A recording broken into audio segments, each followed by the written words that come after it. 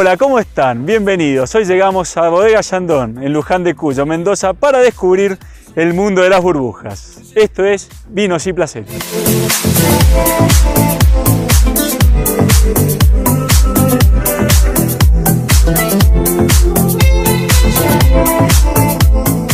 Hervé, qué gusto estar nuevamente acá en Yandón, siempre es un gusto.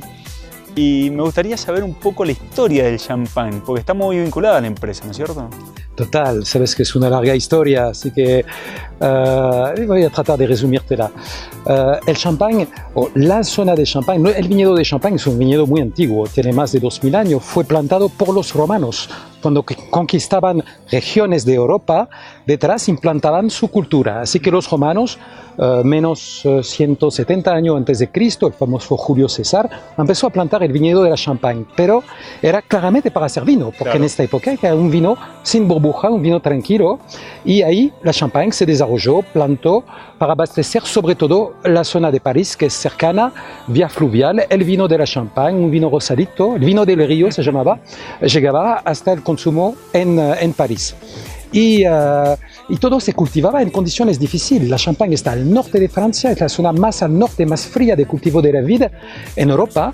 Por lo tanto, es un viñedo que tenía algunas dificultades, pero su cercanía con París y sus clientes hacía que se seguía desarrollando.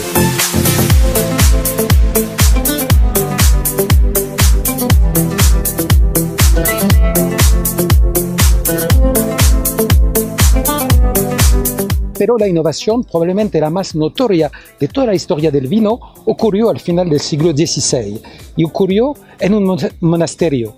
Un monje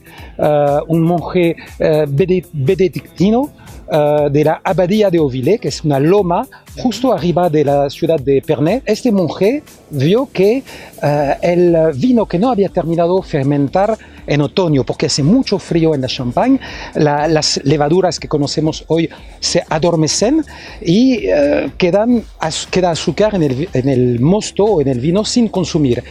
En esta época se ponía el vino en botella para conservarlo con una cuña de madera, cera arriba, y se ponía en la cava. Pero en primavera, cuando la temperatura subía de nuevo, las levaduras se despertaban y empezaban a consumir de nuevo el azúcar residual que no habían consumido en el otoño anterior. Y ahí se producían un poco de alcohol, pero sobre todo gases, porque la fermentación provoca alcohol y gas carbónico. Este gas carbónico se quedaba encerrado en la botella. ¿Y sabes qué pasaban?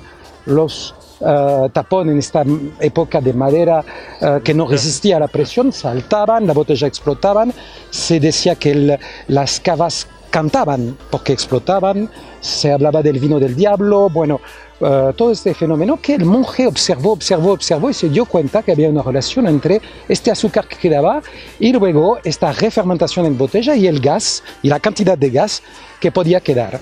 Así que naturalmente, como las pocas botellas que no explotaban estaban muy buenas, decidió tratar de sistematizar eso, tratar de hacer de eso algo comercial. Todo con degustación, decía, queda el azúcar justo, ponemos en botella y vemos lo que va a ocurrir después en la botella con este fenómeno desconocido, pero quedaba este producto con gas tan bueno. Y Dom Pérignon pasó una vida observando eso hasta llegar a tener una producción comercial.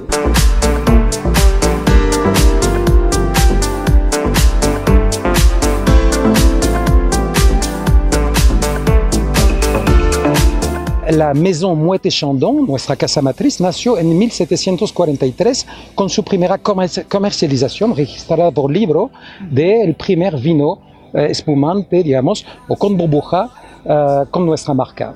Y ahí se fue desarrollando, obviamente se difundió a las otras bodegas de la Champagne, que empezaron a cambiar de vino tranquilo a vino espumante, a vino con burbuja. Y una persona muy importante en la vida de nuestra empresa fue Jean-Rémy Moët. Jean-Rémy Moët era nieto del fundador, de Claude Moët. Y Jean-Rémy Moët hizo la escuela militar, como cada familia de noble, el mayor hacia la escuela militar, y tenía como amigo un humilde alumno de la escuela militar que venía de Córcega, era petizo, nadie le prestaba atención, muy pobre, pero se hizo amigo de Jean-Rémy Mouet, que lo recibía en su casa, en la Champagne, en su castillo. Y con la mano así. Con la mano así.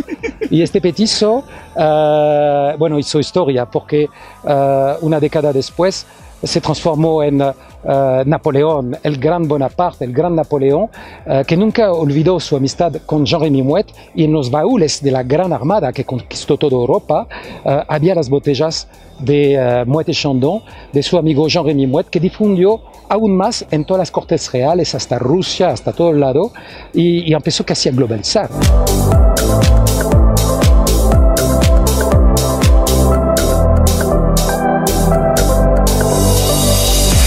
Es una zona realmente del norte de Francia que fue muy sufrida, porque cada vez que había una guerra, una invasión, pasaban por ahí, en particular guerras entre Francia y Prusia, Francia y Alemania después, la primera, la segunda, así que la Champagne sobrevivió con bajón o crecimiento de su producción, con devastación, con reconstrucción, sobrevivió a todo esto y bueno, es hoy la Champagne que conocemos.